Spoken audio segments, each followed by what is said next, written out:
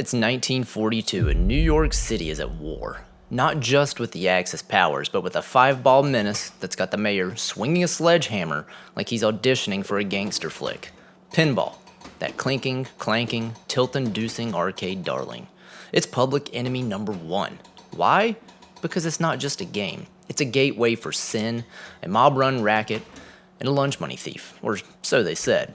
For 3 decades, pinball was banned in the Big Apple and beyond, but one guy with a plunger and a dream flipped that script. This is a story of how pinball went from outlaw to icon, and it all came down to one shot. Welcome to the prohibition nobody talks about. So if you watched my last video, you already know I'm going to start interjecting some of these non-cycling related videos, but we're still going to be pushing on with just about every other video, if not more, being BMX, mountain bike, off-road cycling related. So if you do enjoy this content, let me know, and please like, subscribe, do all the stuff. I do appreciate each and every one of you. Let's get to it. Let's rewind to the 1930s. Pinball machines are popping up in every dive bar, candy store, and bowling alley. They're cheap thrills in the Great Depression. Drop a nickel, pull the plunger, and watch a steel ball bounce through a maze of pins. Sounds harmless, right?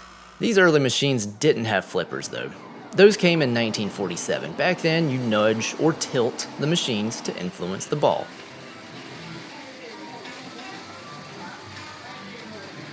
But mostly, it was just luck. And luck meant gambling. Prizes like gum or free games were up for grabs, and some shady operators even paid out cash. Suddenly, pinball wasn't just fun, it was a racket.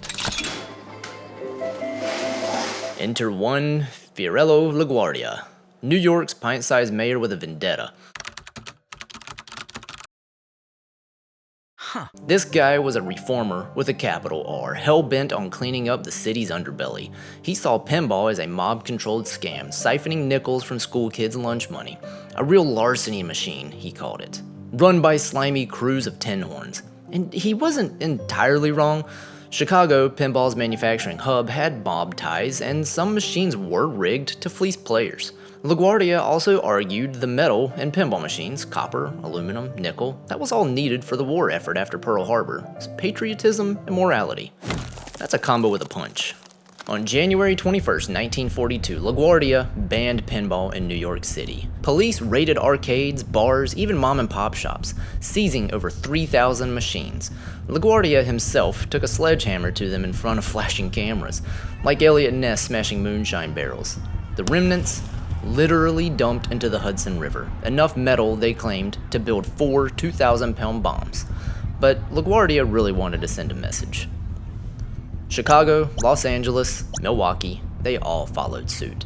Pinball went underground, regulated to shops and speakeasies. Its reputation, now, was a seedy back alley game akin to dice. For the next 3 decades, pinball was a rebel's game. In New York, you'd find machines tucked away in the East Village or Harlem, often in places your mom wouldn't approve of. The ban didn't kill pinball's spirit though, it made it cooler. Like bootleg liquor during the Prohibition, it thrived in the shadows, and by 1947 the invention of flippers came along. Thanks to Gottlieb's Humpty Dumpty. It changed everything. Suddenly, pinball was about skill, timing, reflexes, a flick of the wrist. But the law really didn't care.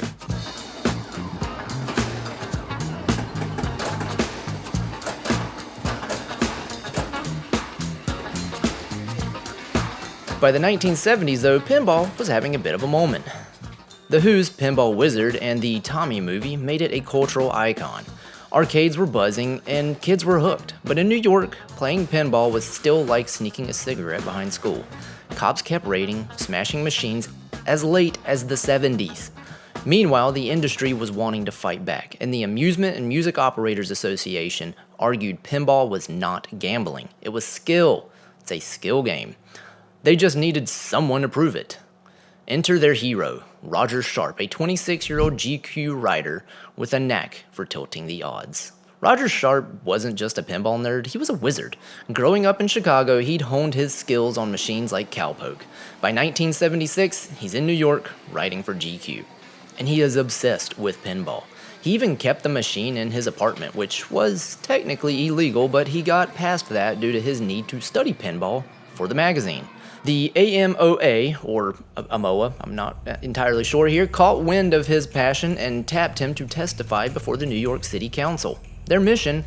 Prove pinball was a game of skill, not chance. April 2nd, 1976, Manhattan City Council chamber. 2 Gottlieb machines were wheeled in. Bankshot, a billiards-themed beauty, and El Dorado, a Western vibe. Sharpe's ready to dazzle on El Dorado, a machine he knows like the back of his hand, but the council smells a setup. One skeptical councilman, Leon Katz, who's convinced pinball will bring back racketeers and vice, demands Sharpe play the unfamiliar bank shot instead. No pressure, right? Sharpe explains the game. Flippers, lanes, targets, showing that it's not just luck and there's no trick involved. He plays a couple of balls, nailing some shots, but the council's not really impressed. They've heard the skill argument before. So Sharpe goes for broke. He channels Babe Ruth, points to the middle lane at the top of bank shot, and declares, "I'm going to pull the plunger, and the ball will go there." Cameras click, councilmen lean forward, and Sharpe lets it rip. The ball rockets up, bounces through the playfield, and bam, lands exactly where he caught it. But they needed an expert witness who was not on anybody's payroll. Lo and behold, hi, let's get the expert, let's get this person to come in and to do this. Sent the ball up, cradled it, made some shots, called some shots and what have you, just to show that there was really a reason as to why everything was placed the way that it was and what the rule set was on the game. And basically, for my own personal and selfish reasons, it was, and there's even skill down to the plunger. Have these little markings and what have you, and I went back up to the top portion of the game where there are 5 lanes, and I said it's a 5-ball game. Ideally, the intent is for the player to skillfully plunge in the ball during each of the times to light all 5 of those lanes. And I said, if I can do this right, it should land right in the middle. Pulled it back, ball went up, back, little nudge, came right down the center. And the one guy said, enough, and stopped, and I didn't have to play anymore. I think if I would have realized what I was saying, I never would have said it. I mean, it was just, divine intervention that the ball actually landed where it did. Probably a little bit of skill too, but the idea of doing it that way. And a month later, May 1976, the council votes to overturn the ban. Pinball's legal again. Sharpe later said, if I hadn't made that shot, pinball might still be illegal. And by 1977, nearly 10,000 machines flooded New York's arcades. Other cities, Chicago in 77, Los Angeles in 74, also allowed them at the same time, but there were some that were holdouts, like Grove City, Ohio, that had bans on pinball machines to, I think, the 2000s.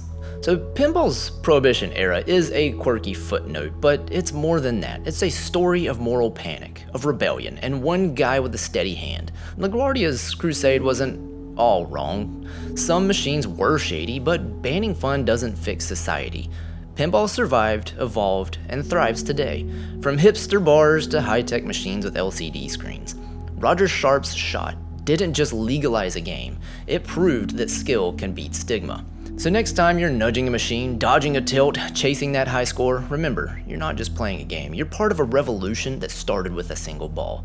And that's a score worth celebrating. Thank you guys for hanging out with me today and exploring a little bit of the history of pinball. I find this stuff super fascinating, and who would have thought this could literally be a Lifetime movie? So I do have to take a moment to pause right here. After I wrote this script, I did find out that somebody actually did make a movie about this, like a full-on dramatized movie. Came out a few years ago. I think it's on Hulu. Got it in my queue to watch. It actually was well received, so I guess go watch the movie. Thank you again. I'll see you all next time. Bye-bye.